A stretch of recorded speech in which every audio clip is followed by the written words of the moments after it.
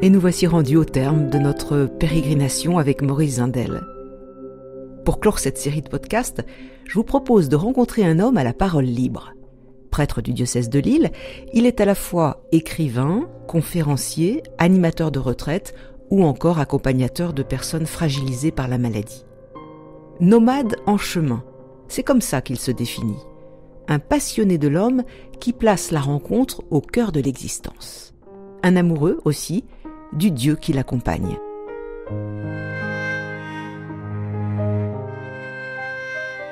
L'Esprit Zindel, un podcast pour penser l'homme et Dieu autrement. Épisode 12, Libre propos, avec Raphaël Buise. Ce qui m'a tout de suite frappé quand j'ai rencontré Raphaël Buise, c'est son visage affable et souriant. La simplicité d'une personne qui ne se prend pas au sérieux. Le grain d'humour salutaire pour parler de choses aussi importantes que Dieu, l'Évangile ou l'Église. Raphaël Buise est passionné par l'autre, celui qui s'écrit avec un grand A, mais aussi le voisin de palier, ou encore celle que l'on croise à l'improviste sur la place du marché. Et il a de qui tenir, puisque sa grande amie n'est autre que Madeleine Delbrel, grande mystique de terrain, dont la vie l'a beaucoup inspiré. Maurice Zindel fait aussi partie des voix qui l'ont rejoint.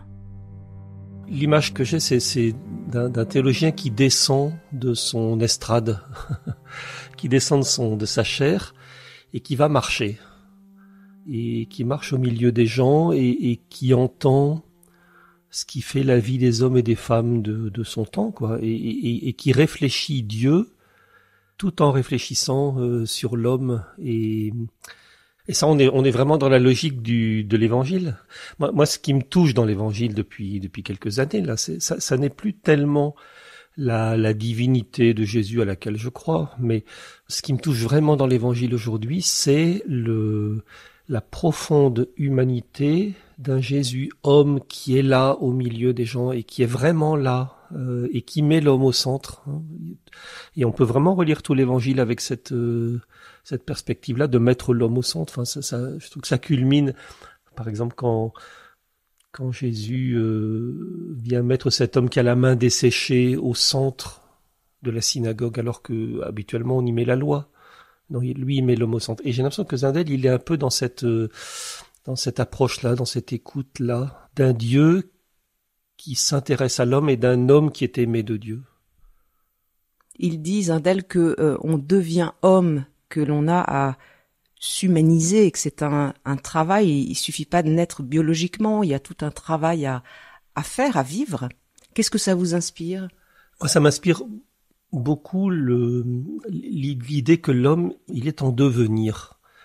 Il y a quelquefois un courant de pensée dans l'Église qui m'agace, je veux le dire très sincèrement, qui considère l'homme comme quelqu'un qui est tombé bien bas, qui a été marqué par le péché originel et qui devrait retrouver l'innocence qu'il a perdue à cause de ses pères et de ses grands-pères et de ses arrière-grands-pères. Bon, moi je crois absolument plus à ça. Je crois vraiment que ce que le Christ vient faire, il vient sauver l'homme de la déshumanité. L'homme devient homme un peu à la fois, et le Christ, c'est ça qu'il vient faire, il vient nous apprendre à être humains. Et ça, c'est passionnant. Et alors, ça nous sort de toutes les histoires de culpabilité, de péché dont on a fait un fonds de commerce quand même. Mais alors, devenir homme aujourd'hui, c'est difficile ? Vivre, c'est difficile aujourd'hui. Quelquefois, on nous dit que la vie, c'est beau, c'est simple, Non, la vie, c'est difficile. C'est difficile d'aimer quelqu'un, c'est difficile de durer, c'est difficile de s'engager, c'est difficile de vivre sur une terre qu'on a abîmée, et voilà.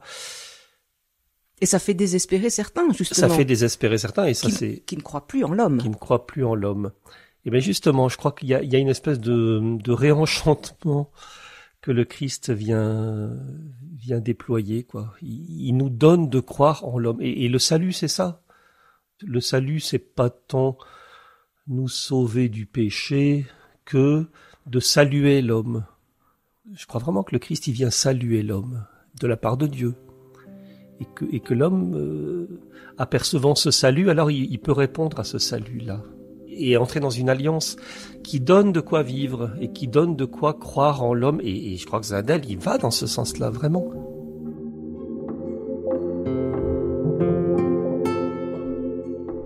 Les plus grands écrivains sont ceux qui peuvent dire, avec des mots très simples, des choses éternelles. Un de ces très grands mots, c'est celui de Flaubert disant « Pourquoi vouloir être quelque chose quand on peut être quelqu'un ?» Ce mot lui avait été suggéré par la demande de Baudelaire, qui le suppliait d'appuyer sa candidature à l'Académie française. Et Flaubert, scandalisé de ce qu'un poète attendit une autre récompense que celle que peut donner la beauté à laquelle il doit être consacré, écrivait ce mot dans son journal. Pourquoi vouloir être quelque chose quand on peut être quelqu'un ? Le passage de quelque chose à quelqu'un, c'est justement le problème de l'homme.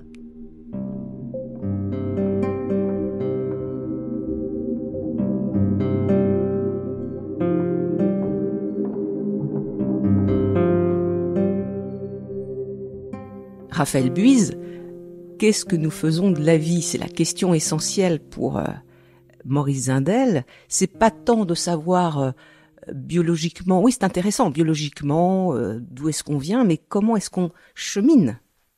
Le plus important, c'est d'être ici et maintenant. Il y a que ça dont on est vraiment sûr. Jésus, c'est un homme infiniment contemporain. Quand il est là, il est vraiment là. Quand il est avec quelqu'un, il est vraiment avec quelqu'un. Et pour lui, il n'y a pas de petite personne, il n'y a pas de petite rencontre, il y a des rencontres, voilà. Chaque visage compte. Chaque visage compte. Et il me fait penser, le Christ me fait penser, et puis aussi des écrits Zindel, là, des textes de Zindel, me font penser un peu à Madeleine Delbrel aussi. En tout cas, il y a des points de rencontre chez ces deux-là. Et Madeleine Delbrel dit, il n'y a pas de petite rencontre. Et si jamais une rencontre vous paraît petite, c'est sûrement que vous avez rétréci votre cœur. Et je trouve qu'il y a quelque chose de ça, c'est que on sent que dans le texte que vous venez de lire là maintenant, on sent qu'il y a un goût des choses simples, quoi, de la simplicité. Mais on a entendu aussi dans l'extrait qu'on vient de lire, on a entendu le besoin d'être reconnu, le besoin d'exister socialement. C'est quelque chose qui est très très contemporain, ça. La peur d'être inaperçu, noyé dans la masse. On voit l'essor de tous les réseaux où il faut exister. Il faut exister et en même temps, on sent bien que exister pour exister, c'est pas suffisant, quoi. Et exister pour exister, ça ne comble pas quelqu'un. On est vraiment un homme que si on est un homme pour d'autres. Ouais, on existe pour d'autres.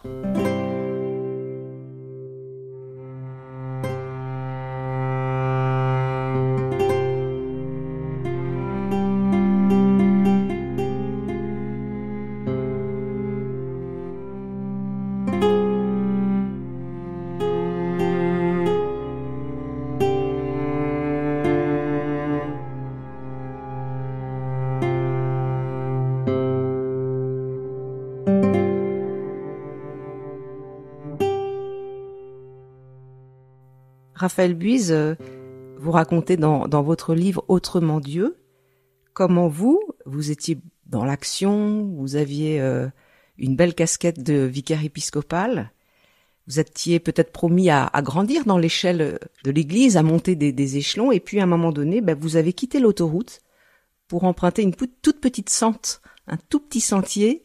Vous êtes parti dans un monastère en Belgique pour débrancher. Qu'est-ce qui s'est passé exactement ? Ce qui s'est passé, c'est que le ministère que je vivais, que j'exerçais, la mission qu'on m'avait donnée, c'était une mission absolument passionnante. Je me suis vraiment bien occupé et j'ai vécu des choses passionnantes. Mais en même temps, je sentais qu'il y avait comme quelque chose de moi qui n'était pas déployé. Et voilà, et donc j'ai voulu aller goûter dans le silence d'une abbaye quelque chose de la vie monastique. Et là, il y a eu cette expérience un peu bouleversante du silence de Dieu, quoi. Je m'attendais vraiment à ce que Dieu me gâte pendant ces quelques mois au monastère, mais il s'est rien passé. Et ça m'a conduit à relire l'Évangile et à redécouvrir d'abord cette figure de Jésus de Nazareth que j'avais un peu encensé, que j'avais un peu auréolé, que j'avais un peu encensé de trop. Ça veut dire quoi, ça, encensé? Oh, ben je le pensais lointain et je le pensais comme un Dieu extérieur à l'homme. Et il m'a ramené à ras de terre, quoi, vraiment. Ce silence de Dieu m'a ramené à ras de terre. Et alors j'ai redécouvert ce Jésus de Nazareth qui est un homme qui va et vient et qui rencontre les gens et qui parle simplement. Mais qui parle simplement. Et je me dis que si les choses de Dieu devaient se dire de façon compliquée, alors ça serait pas une bonne nouvelle. Parce que si Dieu ne peut se dire qu'avec des mots compliqués, alors c'est pas pour tous. Et si c'est pas pour tous, alors il faut pas suivre le bon Dieu, quoi. Il faut aller chercher ailleurs. Et là aussi, je trouve que ça rejoint un peu des intuitions de Madeleine Delbrel. Elle cherche à mettre l'évangile à hauteur d'homme. Mais c'est une question d'image, ça, parce que Zindel le dit beaucoup. Nous sommes piégés par les images que nous projetons sur Dieu. On est complètement piégé par les images. Moi, j'ai longtemps vécu dans l'image d'un Dieu extérieur à moi, qui savait tout de moi, un Dieu qui regardait. Et quand j'étais petit, à l'école et au catéchisme, on m'a appris que le bon Dieu voyait tout ce que je faisais, et puis qu'il savait qui j'étais, voilà.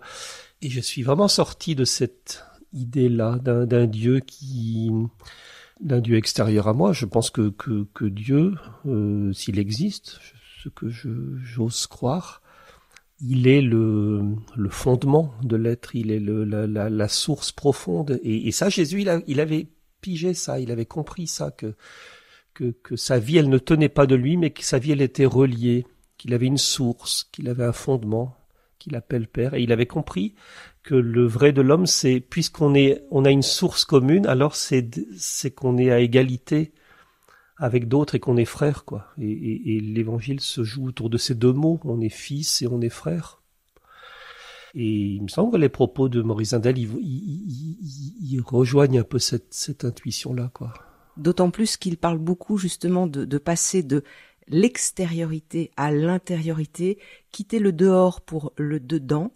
Donc c'est ce que vous disiez, vous, Raphaël Buys, vous étiez encore dans le Dieu extérieur. Oui. Oui. Et qu'est-ce qui vous a fait rentrer dans l'intériorité, justement? Ce qui m'a fait rentrer dans l'intériorité, c'est d'abord l'expérience du silence de Dieu qui ne me disait plus rien. Dans tous les sens, il ne me disait plus rien, et ça ne me disait plus rien aussi. Hein. C'est à prendre dans les deux sens. Et c'est vraiment la redécouverte du visage de Jésus. J'ai l'impression que Jésus, il prend les gens par la main, et il les entraîne dans une humanité très simple, voilà. Et que dans la profondeur de cette humanité, alors on entrevoit quelque chose du visage de Dieu. Mais c'est dans la profondeur de l'humain, quoi.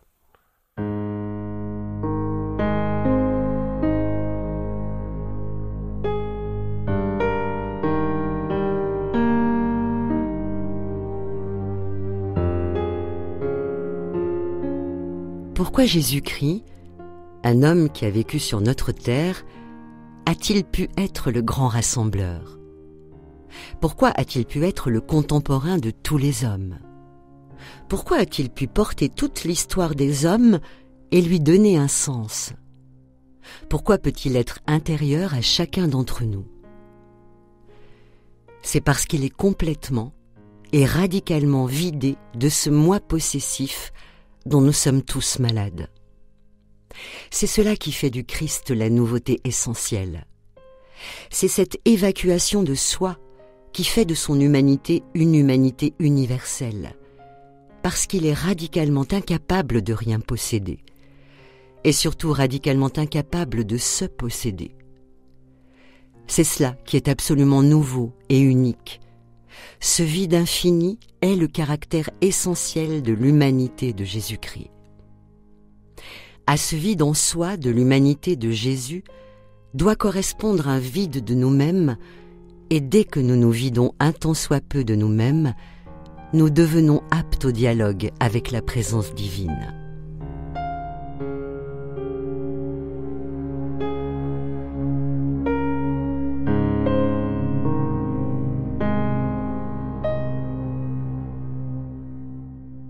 Raphaël Buise, Maurice Zindel nous invite à accueillir un vide. Je pense qu'il évoque quelque chose d'une pauvreté radicale sans laquelle on peut pas rencontrer les gens. Ce qui est fondamental aussi chez Maurice Zindel, c'est la désappropriation. Il en parle toujours parce qu'il dit que Jésus vient nous dire en fait le cœur de Dieu qui est de ne rien posséder pour être et accueillir. Donc ça rejoint le Christ. Ça rejoint le Christ. Ce que vous dites à l'instant, ça me rappelle aussi un très beau texte de Madeleine Delbrel. Heureux êtes-vous, vous que Dieu dépossède. Ne dites pas j'ai tout perdu, dites j'ai tout reçu. Voilà. Ça me fait un peu penser à ça, ce texte.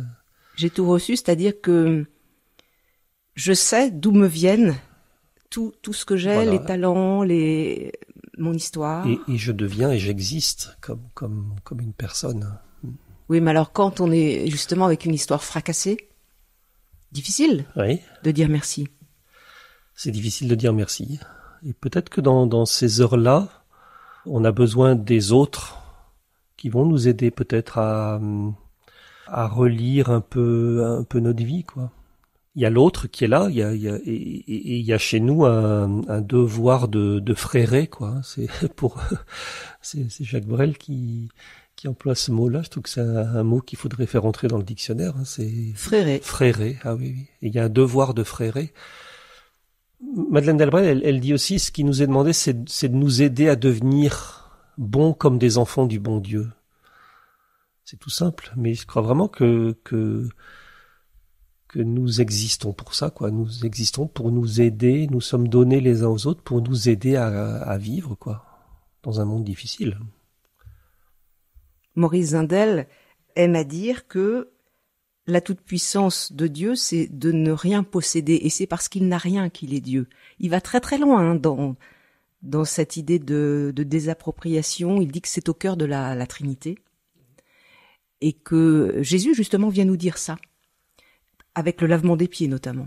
Oui, un Dieu qui se met à genoux. C'est bouleversant ce récit du lavement des pieds où on voit Jésus se mettre à genoux, alors qu'en principe c'est celui qui est le maître du repas, c'est lui qui se fait servir, quoi. Et lui qui n'a rien, et il est dépossédé jusqu'au bout. Il est déshabillé de tout, peut-être même de ce qu'il croyait croire, quoi. C'est le cri de Jésus sur la croix, là, mon Dieu, pourquoi m'as-tu abandonné? C'est le cri d'un homme nu. Et ça, c'est bouleversant. Comment, dans cette nudité-là, quelque chose de Dieu peut se dire? Là, on est devant un mystère complet.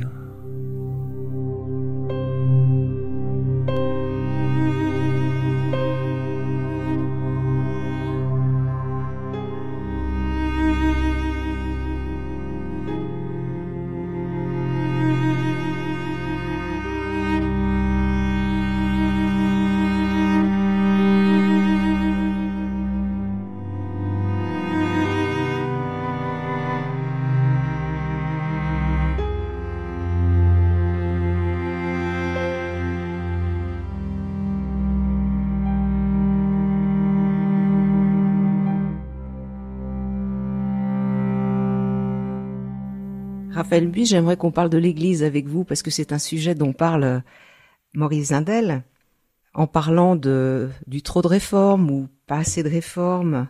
Il dit, ce qui apparaît certain, c'est que le Concile, c'est que l'ensemble de la chrétienté n'a pas encore pris conscience que la véritable réforme s'opérera quand l'Église aura changé de Dieu.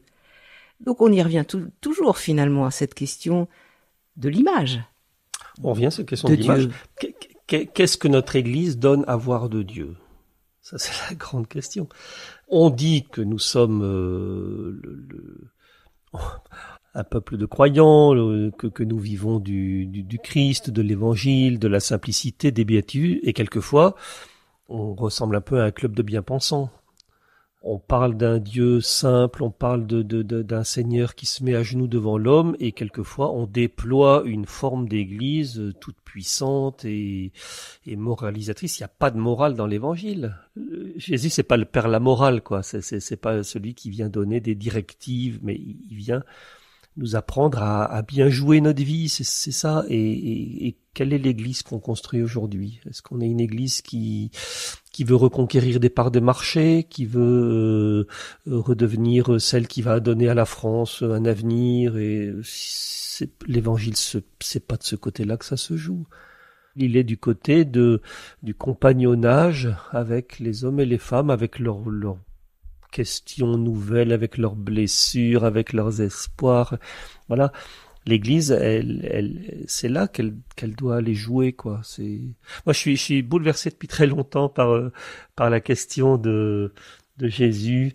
Au dernier chapitre de l'Évangile de Jean, quand les disciples, ils ont travaillé toute la nuit sans rien prendre, là, Jésus, il apparaît sur le lac. Et la première question de Jésus à ces hommes fatigués, déçus, c'est « Et les enfants, vous avez du poisson ?» Et moi, j'entends derrière cette question « Et les enfants, ça va la vie ?» Et je trouve que l'Église, c'est là qu'elle doit jouer. C'est la question principale de l'Église, ça doit être de vérifier que les hommes et les femmes d'aujourd'hui, ils ont de quoi vivre, quoi. Qu'ils ont la manne. Maurice Zindel dit qu'on ne peut pas avoir de vie spirituelle si d'abord on n'a pas bien sûr. Le ventre un minimum rempli. Bien sûr.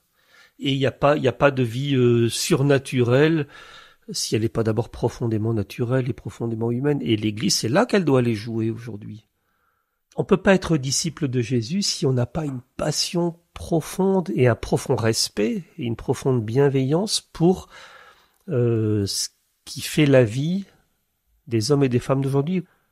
Il s'agit d'abord d'honorer ce que sont les matériaux de la vie d'aujourd'hui. Et évidemment, on est dans un monde complexe avec des questions nouvelles sur l'écologie, sur la fin de vie, sur les... On est bien obligé quand même de penser cela, d'avoir un avis. C'est le rôle de l'Église de... C'est d'abord le rôle de l'Église de sauver la proposition de l'autre, de chercher la proposition et de pas venir dire ça c'est bien, ça c'est mal, ça y est. Moi j'aime l'Église quand elle écoute du côté où on peut vivre. Donc le rejoindre. Dans ce ferment de vie en lui qui est appelé à se déployer. Voilà. Et je vais tout faire pour aider l'autre à se déployer. Et si le chemin de l'autre il me paraît un peu étrange, alors je marcherai avec lui. Mais sans jamais le condamner.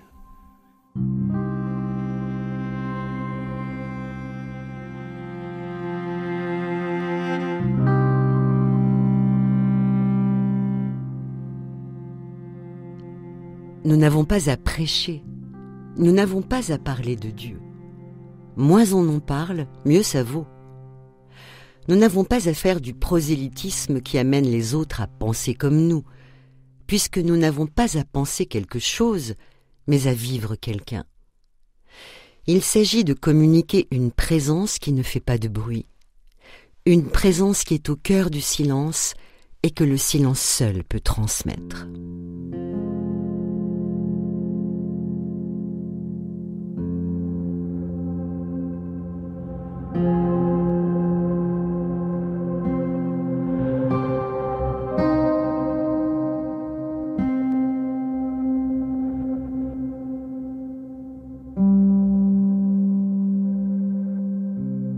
Maurice Zindel dit que nous devons devenir présence avec un grand P dans le monde. Ça veut pas dire avoir une pancarte, clamer haut et fort l'évangile, mais il dit beaucoup « soyez sacrement », c'est-à-dire signe.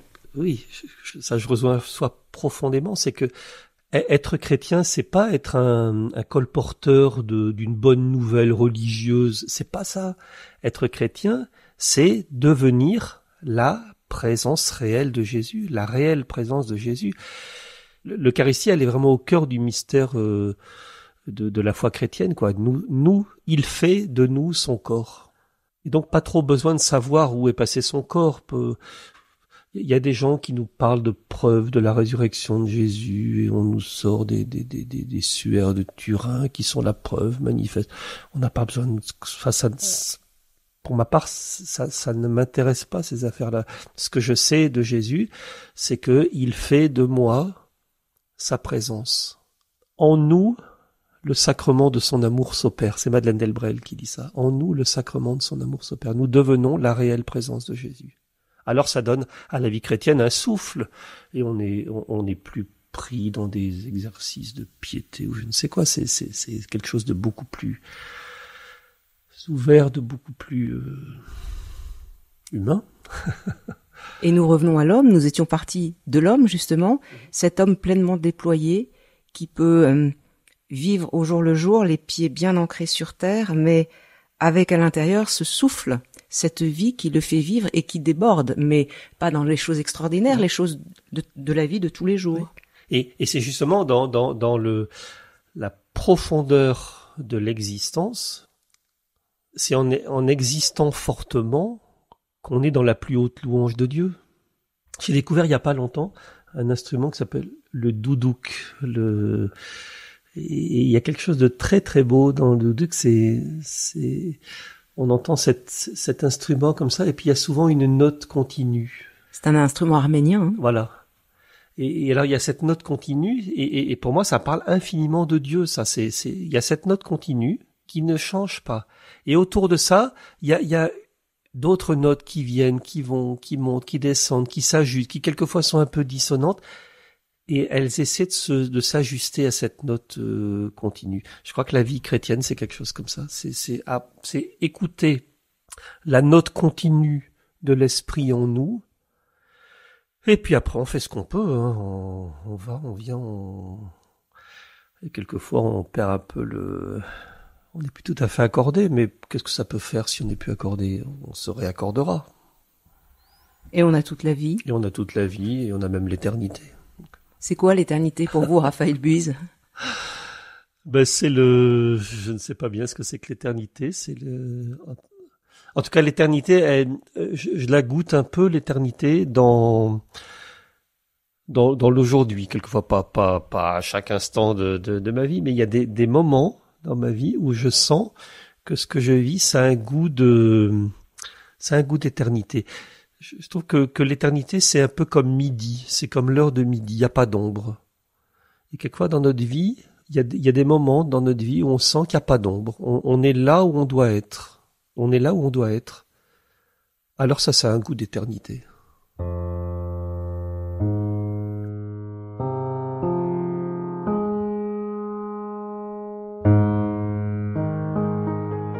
Merci à Raphaël Buise. Il est l'auteur de plusieurs livres, dont Autrement Dieu et Autrement l'Évangile, paru chez Bayard. Son dernier ouvrage, Rikiki-Tutti, est paru chez Desclés de Brouwer. Lecture, Dominique Chenet. Voix, Hubert Artigue.